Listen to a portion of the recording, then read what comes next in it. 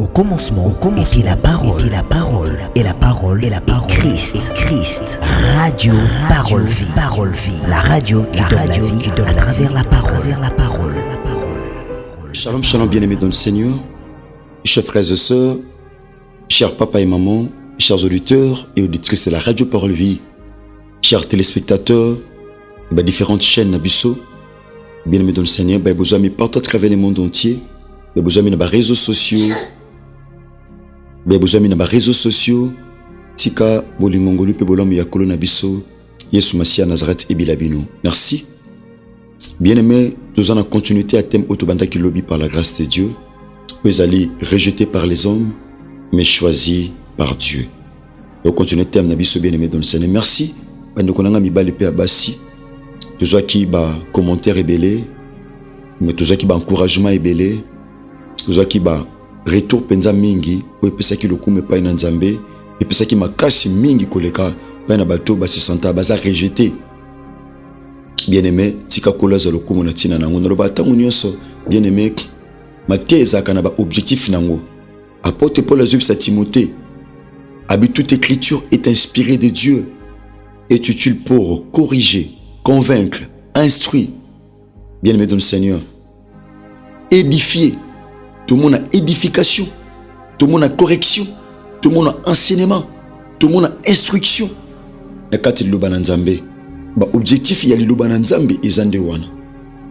Bien-aimé, surtout dans les Actes des Apôtres, chapitre 2, verset 42, tu réalises qu'il y a une église primitive. Yaya, tout le monde a enseignement et prière. Ezaki lokola miboko, ya lingomba. Bon, au-delà wana, tout le monde a fraction du pain, et tout le monde a bien aimé dans le Seigneur. Tout le monde a fraction de pain, na communion fraternelle. Et bakisama ki likolo, il y a le sambo pe enseignement. Merci bien aimé dans le Seigneur. Tout autant rapidement le bananzambe pour notre bon de la tour recommandé entre les mains de Dieu. Tout ça dans le livre à Juge. Juge chapitre 11, tout bien verset 1er, d'autant à verset 6. La Bible dit ceci, tout qui t'a même tiré verset 7. La Bible dit ceci, bien aimé. Jephthé les Galadites était un vaillant héros. Alléluia. Il était fils d'une femme prostituée. Et c'est Galade qui avait engendré Jephthé. La femme de verset 2. La femme de Galade lui enfantant des fils qui, devenus grands, chassèrent Jephthé et lui dirent: tu n'hériteras pas dans la maison de notre père, car tu es fils d'une femme, car tu es fils d'une autre femme. Deuxième prise. Tu n'hériteras pas dans la maison de notre père, car tu es fils d'une autre femme. Verset 3. Et Jephthé s'enfuit loin de ses frères, et il habita dans le pays de Tob. Les gens des riens se rassemblèrent auprès de Jephthé, et ils faisaient avec lui des excursions. Quelque temps après, les fils d'Ammon firent la guerre à Israël. Et comme les fils d'Ammon faisaient la guerre à Israël, les anciens des Galades allèrent chercher Jephthé au pays de Tob. Verset 6. Ils dirent à Jephthé: viens, tu seras notre chef, et nous combattrons les fils d'Ammon. Jephthé répondit aux anciens des Galades: n'avez-vous pas eu de la haine pour moi, et ne m'avez-vous pas chassé de la maison de mon père? Pourquoi venez-vous à moi maintenant que vous êtes dans la détresse? Kolo tusambeli pona diloba oto tangi. Kolo pesa biso boyebi. Tika lumière na yo tata ya boyebi na yo. Engengi sabiso po te tout transmettre fidèlement. Oto tangi lokola makomi. La Bible dit les Écritures est tu, mais c'est l'Esprit qui vivifie. Je sanctifie ce moment dans le nom de Jésus-Christ de Nazareth que j'ai ainsi prié et déclaré. Amen. Bien-aimé dans le Seigneur, Mamalikam Otozolobe les Ali, rejeté par les hommes, mais choisi par Dieu. Vous allez ce qui rejeté, ils allaient tout simplement Kobuaka.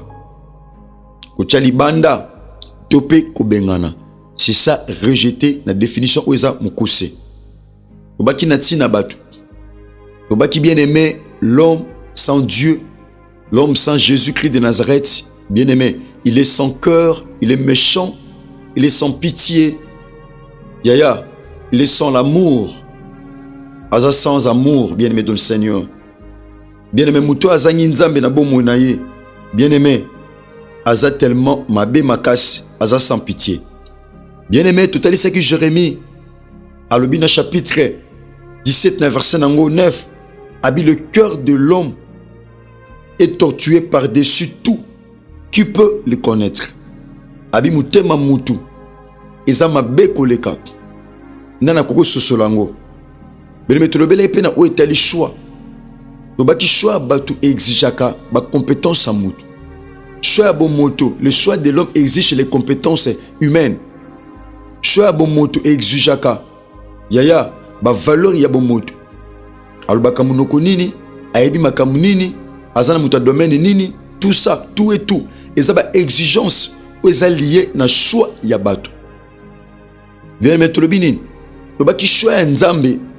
Yaya, ikuipe ko betsa batu libaku. Parce que choix nzambe ukukanaka te na choix batu.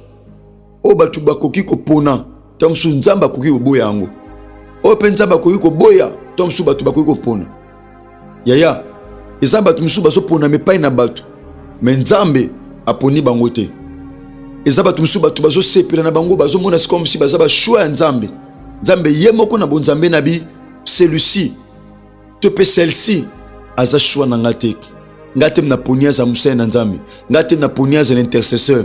Ngatem na poniaza la prophète. Ngatem na poniaza la diacre. Mais pona mi temps Moussa pa na bato. Le baki bien aimé, mutu atalaka plus ozo frapper miso. To mona ngona livre 1 Samuel chapitre 16. Tangu prophète Samuel ayaki na ndako ya Isaïe yaya.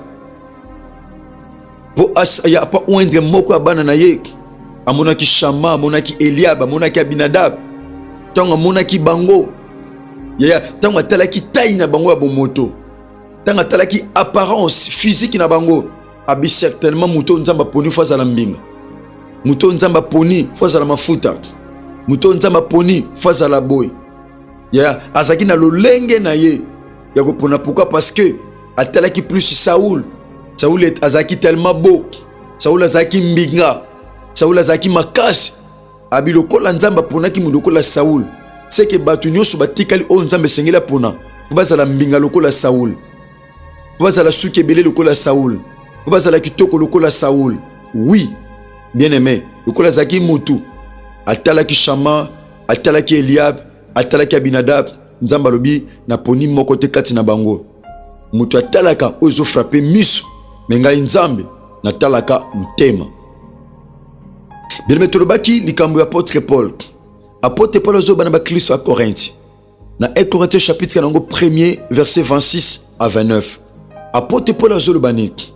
Abi considérez frères que parmi vous qui avez été choisis, qui avez été appelés par Dieu, il n'y a ni beaucoup de sages selon la chair. Hier, bo considérer bo tala makambo. Bande konanga, kati na bino baibo pona maki. Kati na bino baibo benga maki pa ina nzambe. Boko tala ba sage baza penza mingi te. Bato mayele baza penza mingi te na bo moto. Selon la chair. Selon la chair. Ba sage baza mingi te. Bato mayele baza mingi te. Ni beaucoup de puissants. Bato makasi baza mingi te. Na bato bapona maki to babenga maki. Ni beaucoup de nobles. Botala ba famille bobimeli. Mutabi pena na famille o yebani. Famille ya malam. Famille ezana kombo. Famille ya malam. Boza mingi te.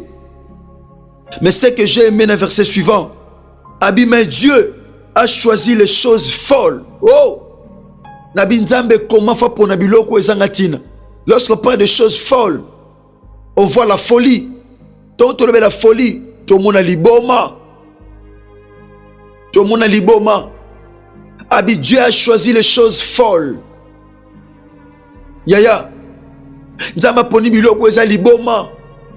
Biloko ezanga bakolo nango. Biloko batu bako tchakate. Biloko batu bako simbate. Biloko batu bako zwate. Abi, mais Dieu a choisi les choses folles. Bato mukile ko ponate. Biloko batu bako ponate parce que ça folle. Et ça folle. Abi les choses folles du monde. Nzambe kati na mukili. Aponi biloko eza liboma. Aponi biloko eza ngatina. Lorsqu'on parle de choses folles, eza biloko ezali moins considéré. Eza biloko ezali moins considéré par les hommes. Nzambe aponi biloko ezali moins considéré. Pourquoi Dieu a-t-il choisi les choses folles du monde? Oh, c'est pour confondre les sages. Dieu a choisi les choses folles du monde pour confondre les sages. Nzamba tiki ba sage, Nzamba tiki ba noble, Nzamba tiki ba puissant, Nzamba tiki ba intelligent. Mais Nzamba poni biloko eza ya folle. Biloko eza ngatina pona ko confondre ba sage. Ba sage ba fani ba bi, mais comment Nzambe fa sala makamba boy? Comment Nzambe fa pona mwasho? Comment Nzambe fa ko apona papo? Comment Nzambe fa pona muto? Bien-aimé. Yaya. Notre connaissance est une folie devant Dieu. Notre intelligence est une folie devant Dieu. Notre savoir est une folie devant Dieu. Mais la biso bon moto, atosilisa na luvanium, atosilisa na étranger, atosilisa na campus. Quel que soit l'université, mouneno yo silisi la classe. Tamso sala licence, tamso sala maîtrise, topé master. Tom so sala doctorat. Yaya. Maintenant balubi ma yele na biso bo moto. Yaya. Eza lokola liboma liboso na Nzambe. Dieu a choisi les choses folles de ce monde. Nzamba pona bato bazanga tina na mukile. Bato mukile tanga bangote, bato mukile tcha bango na ba oubliette. Eza ba wana nzamba poni pour confondre les sages. Nzamba memaka confusion pa na ba sage. Nzamba memaka confusion pe na ba intelligent. Muto batu ba ozela pona ma yete mta ponami. Muto batu ba ozela pona ma Nzamba tikiye ake pona muto batu ba bwakisi. Pourquoi? Parce que na bon moto l'homme voit plus les valeurs humaines. L'homme voit plus yaya les critères humains. Mais Nzamba tala na kati. Mais Dieu a choisi les choses folles du monde pour confondre les sages. Dieu a choisi les choses faibles. Notre Dieu est le Dieu des faibles. Azanzambe yaba faible. Abengami tata yaba bitike. Mobali yaba veuve. Nzambe na biso azaka na ngambo ba lemba. Azaka na ngambo ba tikama. Azaka na ngambo ba bwakama. Azaka na ngambo bato ba yebi lokote na bomoto. Azaka na ngambo bato ba yaba vivre bazo subir pour un rejet. Nzamba pona bato batikama. Ya tom sumu kilisi rejeta yo. Tom sumu kilezo monopamba. Mais Dieu est capable de te ramasser là où tu es. Nzamba est capable de ramasser te pa ko lokota yo. Nzamba est capable de pona tika bato ba bwakisa yo. Tika bato batika yo mon frère, ma soeur, bato ba monopamba na misu na bango. Ba moloko le lokwa ko niata, te pe lokwa ko sakanela. Dieu va te ramasser. Yesu Masia Nazareth wa matane kulusu aza capable yaya akufela batu lokola yonanga batu toza faible na miso bomoto toza batu ba lobela biso te tona batu ba telemate yaya ba loba na tina na biso. Mon frère, ma soeur, tom supanda ko yoka liloba oyo tu te sens faible ozana ngamba ba faible. Nzambe na biso azaka na ngamba ba faible, azaka na ngamba ba forte, azaka na ngamba batu ba yebite. Nzambe na biso aponaka ba qualifier te, aponaka ba faible pour yemo kwa qualifier bango. Nzamba pona batu ba yebite yaya bato si ba yebi tom su ba kanta ba pona mi pona ba yebi na bango. Nzamba pona batu baza nul pour yemo ko apprendre bango, pour yemo kwa lakisa bango. Dieu a choisi yaya les choses faibles du monde pour confondre les fortes. Mais bazama kasi na bomoto nzamba tiki bango. Nzamba ke pona batu baza ba faible. Nzamba ke pona batu ba faible. Bato na bomoto bazo représenter l'autre côté. Bato bazanga ba critères humains ba nangote. Bato na bomoto bazo répondre à ba critères. Et ça ba wana nzamba zo pona. Mon frère, ma sœur, tam sozo bika pour arranger na bomona yo. Bato bobo kisayo, mais il y a un Dieu qui va te choisir. Il y a un Dieu qui va te ramasser. Apôtre Paul a su qui wanate. Abini, et Dieu a choisi les choses viles. Nzamba poni biloko ezanga tina. Biloko ezanga motuya. Les choses viles de ce monde. celle qu'on méprise. Et le kweza ville et le ko bacholaka. Et le ko monanaka pamba na miso moto. Dieu a choisi les choses viles du monde.